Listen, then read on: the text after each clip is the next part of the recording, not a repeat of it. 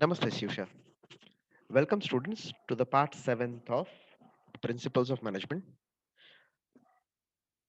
Business Organization and Management for BCom and BBA respective semesters.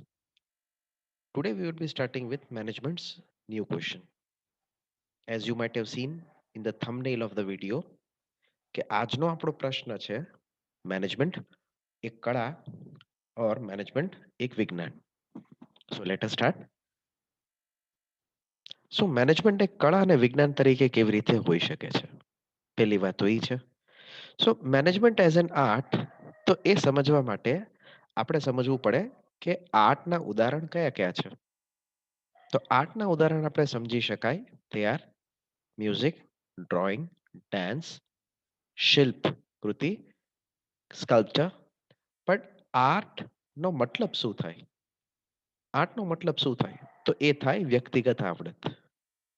That is personal skill, ચતુરતા, ક્લેવરનેસ, માનસિક ક્ષમતા that is mental ability, work sense જેના કારણે બીજા પાસેથી કામ કઢાવી શકાય. એક સરળ ઉદાહરણ આપી શકું તમને કે આપણામાંથી બધાને લખતા તો આવડતું જોઈએ. All of us know how to write. Yes, આપણને બધાને ખ્યાલ હોય કેવી રીતે આપણે લખવું જોઈએ. બટ ક્વેશ્ચન ઇઝ બ્યુટીફુલી કોને લખતા આવડે?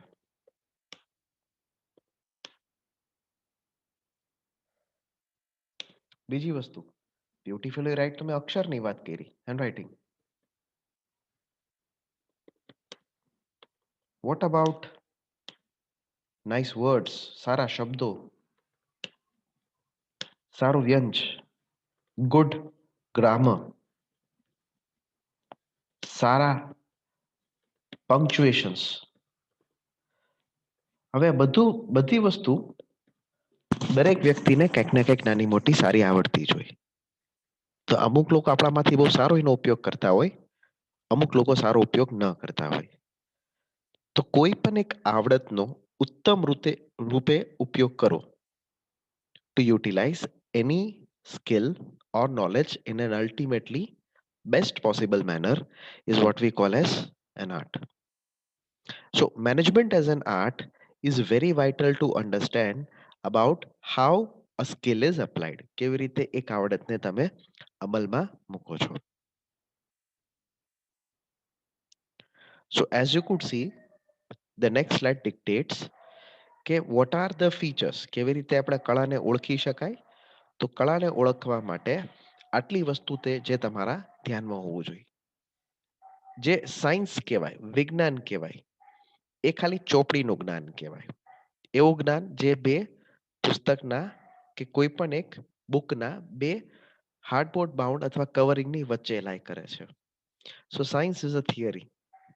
પણ જ્યારે આપણે કળાની વાત કરી, when we discuss about art is considered to be a practice. કેવી રીતે એનું તમે અમલ કરો, એપ્લિકેશન કરો, કેવી રીતે એની તમે એક્સપિરિયન્સ લો છો. જે હેતુ કહેવાય વિજ્ઞાનનો, what is the objective of science? જે હેતુ કહેવાય છે એ છે જ્ઞાન મેળવવું. That is to obtain knowledge. Knowledge એટલે શું? નોલેજ એટલે આપણે કહી શકાય new information, right? while that of art is fruit. મતલબ જે જ્ઞાનનું ફળ મળે, જ્ઞાનને જ્યારે પણ તમે અમલ કરો ત્યારે જે રિઝલ્ટ મળે છે એને તમે આર્ટ કહો છો. તો સાદી ભાષામાં આપણે કહી શકાય the art means application of science. કળાનો મતલબ થાય છે, કળાનો મતલબ થાય કઈ રીતે આપણે વિજ્ઞાનનું અમલ, ધ ટેકનિક્સ ધેટ વી નો, જે પદ્ધતિ આપણને આવડે છે, the skill that we learn. જેમ કે હજી એક ઉદાહરણ આપવું હોય તો આપી શકાય.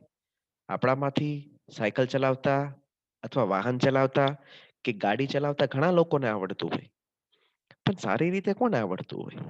સારી રીતે એટલે શું?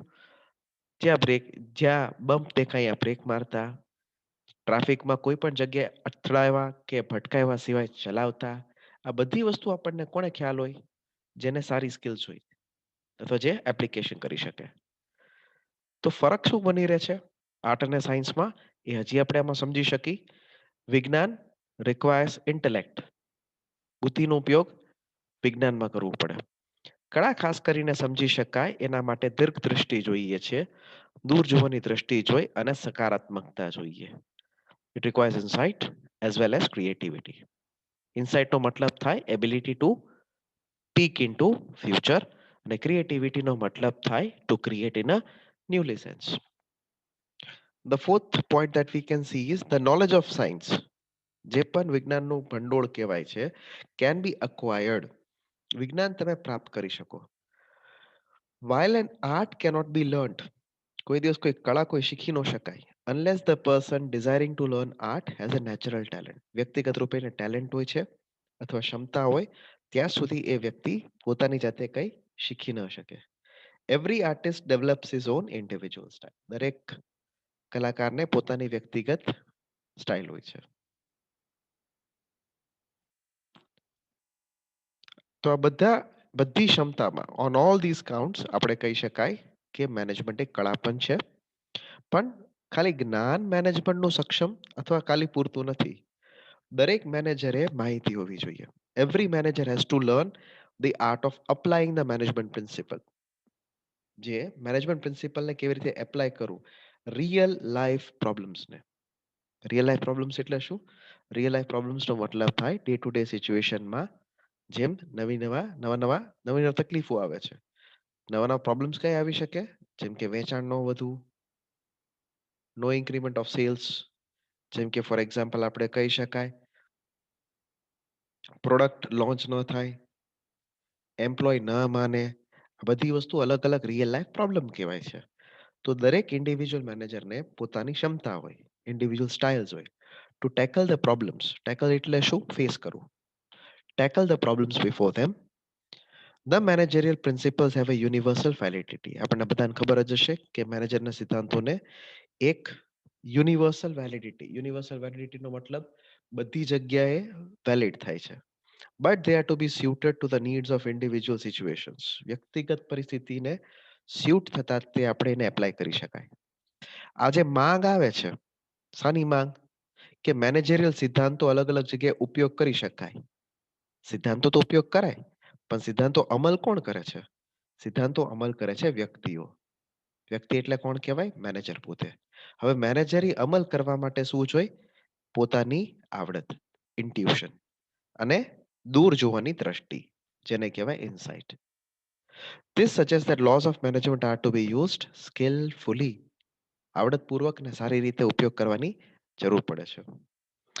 It is an art of getting things done through others in dynamic, ગતિશીલ રૂપે અને સારી રીતે and non repetitive situations. Non repetitive situations એટલે દર વખતે મેનેજરને નવી જ કંઈક પરિસ્થિતિનો સામનો કરવો પડે, નવી જ કંઈક સિચ્યુએશન આવે છે. જીવનમાં કંઈક એક જ જેવી તકલીફો ન આવે ને. આપણે ખાતા લખતી વખતે એક જ સૂત્રનો ઉપયોગ કરતા હોય, કોઈ દાખલા કરતી વખતે એક જ પદ્ધતિનો ઉપયોગ કરતા હોય. when we write or when we do some, we generally use single type of methods or simple type of techniques. But in practical life, same situation never arises. There is always a variety of situations arising. So whether it is a factory, જો કોઈ factory હોય તોય ભલે, કોઈ ખેતર હોય તોય ભલે, કોઈ કિચન હોય તોય ભલે, માણસ, મશીન અને પૈસાને સંકલિત કરવાની જરૂર પડે છે for given objectives in most efficient manner, સક્ષમ રૂપે. મેનેજરે સતત શું કરવું પડે? Manager has to constantly analyse, સતત તેમને વિશ્લેષણ કરવું પડે. The existing situation, determine the objectives, હેતુઓ એમને નક્કી કરવા પડે, વિકલ્પો નક્કી કરવા પડે, એનો અમલ કરવું પડે, સંકલન કરવું પડે, કોઓર્ડિનેટ કરવું પડે, નિયંત્રણ રાખવું પડે અને નિર્ણય કરવો પડે. જેમ આપણે કહી શકાય જેમ દરેક જ્ઞાનને કંઈક નિયમ હોય. Every knowledge body or every body of knowledge has some rules. There are certain rules and regulations which have to be followed with the principle along with the personal skill. Thus management is a blending of science and art both. Management science and art બંનેનું એક મિશ્રણ કહી શકાય. In the words of George Terry, if science teaches, જો વિજ્ઞાન શીખવે છે, art teaches one to do. કળા આપણને શીખવે શું કરવું જોઈએ. Dr. Terry suggests on to the suggestion that art of the management starts where science of management stops. જ્યાં વિજ્ઞાનનો અંત આવે ત્યાં કળાનો શરૂઆત અથવા શુભારંભ થાય. He also stated that management is a combination of both. Management બંનેનું મિશ્રણ છે. That is both art and science. In recent era, though computers have arrived in order to make use of personal skills, science is an element that art cannot be extracted.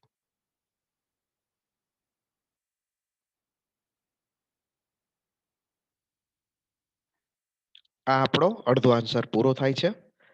Next point તમે સમજી શકશો management as science. વિજ્ઞાન એટલે શું? તો વિજ્ઞાનનો મતલબ આટલા શબ્દોની અંદર આપણે સમજી શકાય. વિજ્ઞાનનો મતલબ થાય નિયમો. વિજ્ઞાનનો મતલબ થાય જ્ઞાન. વિજ્ઞાનનો મતલબ આપણે હજી કહી શકાય it is assumption of theories. અલગ અલગ વિકલ્પોના અથવા અલગ અલગ થિયરીના ધારણાઓ. તો આ બધી વસ્તુઓ વિજ્ઞાનમાં આવે છે. તો કોમનલી આપણે શું કહેવાય મેનેજમેન્ટ ઓફ સાયન્સમાં? As per general understanding, science means systematic, વ્યવસ્થિત and special type of knowledge from which logical relations can be established. એનો મતલબ થાય એક વ્યવસ્થિત જ્ઞાનનું ભંડોળ છે. It is a body of knowledge જેનાથી તમે તાર્કિક સંબંધો બાંધી શકો છો. દેટ ઇઝ એવા સંબંધો જેની પાછળનું કોઈ કારણ બને છે. There is some logical relations, right? So logical relations can be established and rules and principles can be derived from it. જેમ આપણને બધાને માંગનો નિયમ ખબર છે. તો માંગનો નિયમ તો સિમ્પલ એક જ વસ્તુ કહે છે શું કે જેમ આપણે માંગનો વધારો કરી જેમ માંગ વધે એવી રીતે કિંમત પણ વધશે તે પ્રાઇસ. જેવી રીતે માંગ ઘટે એમ કિંમતે ઘટવાની જ તે. તો આ માંગનો નિયમ કોના આધારિત છે? માંગનો નિયમ કેટલાય અલગ અલગ કોમોડિટી, કેટલી અલગ અલગ ગુડ્સ પરચેસ કરતા કન્ઝ્યુમર્સ ના ઓબ્ઝર્વેશન ના આધારે લો ઓફ ડિમાન્ડ એસ્ટાબ્લિશ થયો છે અને ઘણા સમયથી ચાલે જ છે. નો ડાઉટ અમુક અમુક અપવાદો તો છે. વિજ્ઞાનમાં અપવાદો બની શકે કેમ કે મેનેજમેન્ટ પોતે એક વર્તનનો વિજ્ઞાન છે. જેમ વર્તનની અંદર વિવિધતા આવી શકે એવી રીતે વિજ્ઞાનમાં પણ વિવિધતા આવી જ શકે છે. વિજ્ઞાન એક સિસ્ટમેટાઇઝ્ડ નોલેજ કહેવાય. To add it more accurately, science is an organized, વ્યવસ્થિત, a systematized knowledge which establishes fundamental relation principles explaining cause and effect relationship between two phenomena. જે કારણ અને અસરની ફિનોમિના સમજાવે છે. જેમ કે ભૌતિક વિજ્ઞાન is a science which has derived the famous law of gravitation. ગુરુત્વાકર્ષણનો નિયમ જે ન્યૂટને શોધ કરી એ પ્રમાણે કોઈ પણ ઓબ્જેક્ટ એટલે કોઈ પણ વસ્તુ જે ઉપર રહે છે એ ચોક્કસ રૂપે ક્યાં આવશે બેટા? નીચે તો આવવાની જ તે. પણ there are some exception to that also. So let us see whether management is a science from this point of view. વિજ્ઞાનની અંદર કારણ અને એની અસર that is cause and its effect relationship નો સ્ટડી થાય છે. Management also is a body of principle describing cause and effect relationship among relevant phenomena. અલગ અલગ ફિનોમિનામાં ઇફેક્ટ સમજાવતા ટર્મ્સ આપણે ઓબ્ઝર્વ કરી શકાય. For instance, it has identified a definite relationship between level of wage rate જે પગાર ધોરણ ચૂકવવામાં આવે and the availability of efficient workforce. સક્ષમ લેબર ફોર્સની availability. Where the wage rates are higher, જ્યારે wage rates તમે higher હોય છો, the efficient workers are more likely to be attracted. Efficient workers જગ્યાએ attract થઈ શકે. Similarly, there is a positive relation. એક પોઝિટિવ રિલેશન હોય છે વર્કરના મનોબળની સાથે અને એમની ઉત્પાદક ક્ષમતાની સાથે. મતલબ જો એમનું મનોબળ that is if their morale is good, જો એ સારું ફીલ કરતા હોય તો એમની ઉત્પાદક ક્ષમતા પણ આપણે કહી શકાય વધે છે. The more contented the workers are, જો વર્કર્સ વધુ સંતુષ્ટ હોય છે, the higher will be their morale, એમની મનોબળ વધારે હશે, and the higher will be and consequently higher will be the productivity. ઉત્પાદક ક્ષમતા પણ આપણે કહી શકાય વધારે હશે. વિજ્ઞાન or science is a body of organized knowledge. So science is a body of organized knowledge in the sense that it derives laws of principle on the basis of systematic observation. વ્યવસ્થિત observation of facts and verifies their validity. એમની validity કહેવાય છે, કેટલા હદે સક્ષમ કહેવાય, કેટલા હદે એ સાચા પડે છે થ્રુ ઓબ્ઝર્વેશન એન્ડ એક્સપેરિમેન્ટેશન. બરોબર. This methods lead to establishment of objective. આ બધી પદ્ધતિથી હેતુઓ નક્કી થાય છે. And impartial row, free from personal belief or bias. કોઈ પણ પ્રકારનો પક્ષપાત વગર ઓર્ગેનાઇઝ નોલેજ એસ્ટાબ્લિશ થઈ શકે છે. On this count, management can be considered. Management ને તમે શું કન્સિડર કરી શકો? Management can be considered as a science. It is also interrelationship. It also observes interrelationships scientifically. The findings of informal organization, for instance, are derived on the basis of Hawthorne experiment. આ હોથોન એક્સપેરિમેન્ટની ચર્ચા હું આવનાર લેક્ચર્સમાં હું કરીશ. અત્યારે તો ખાલી તમારે પોઈન્ટ રૂપે જ સમજવાનું રહે છે. વિજ્ઞાનનો હજે ગુણ કહેવાય. વિજ્ઞાન એક એવી બોડી કહેવાય જેની અંદર જ્ઞાનની શોધ કરવામાં આવે. જે પણ પ્રકારના પ્રાકૃતિક વિજ્ઞાનો કહેવાય છે, that is almost all natural sciences have employed mathematics in the search of knowledge. The results are tested with the help of mathematical methods. જે રિઝલ્ટ્સ કહેવામાં આવે મેથેમેટિકલ મેથડ્સમાં ટેસ્ટિંગ થાય છે. The tendency to use mathematics has grown over past years in the field of management also. મેનેજમેન્ટમાં પણ વધારો થાય છે. ફોર ઇન્સ્ટન્સ, ઓપરેશન રિસર્ચ એક ઇમ્પોર્ટન્ટ ફેક્ટર કહેવાય જેના આધારે આપણે પ્રિડિક્ટેબિલિટી કરી શકીએ કે ડિમાન્ડ કેટલી છે.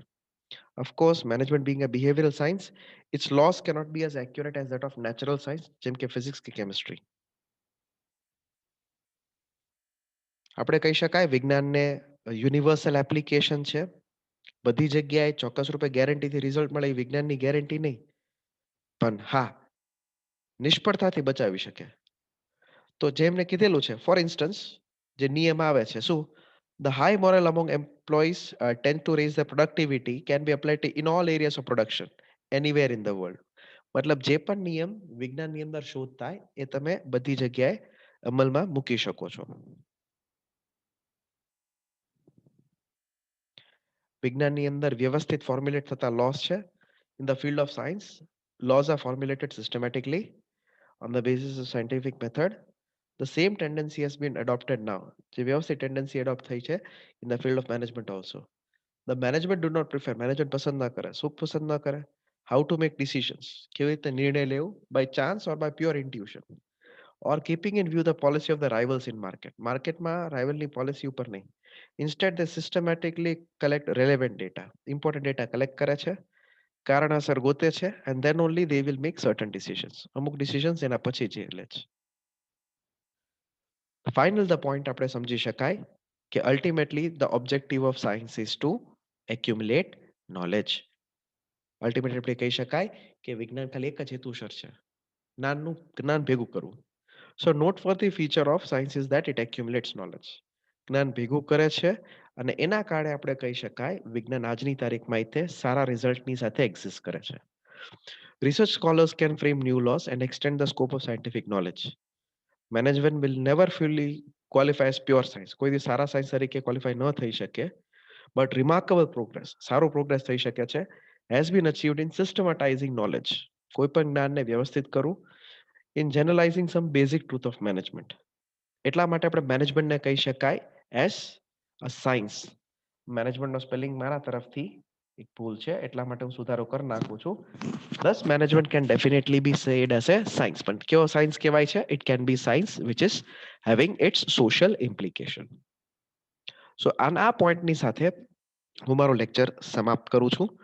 તો તમે જોઈ શકો છો we have discussed almost a great deal of topics, જે લેન્થમાં આન્સર તમારા માટે સ્લાઇડને સ્ક્રીનશોટ પાડીને તમે લર્ન કરી શકો.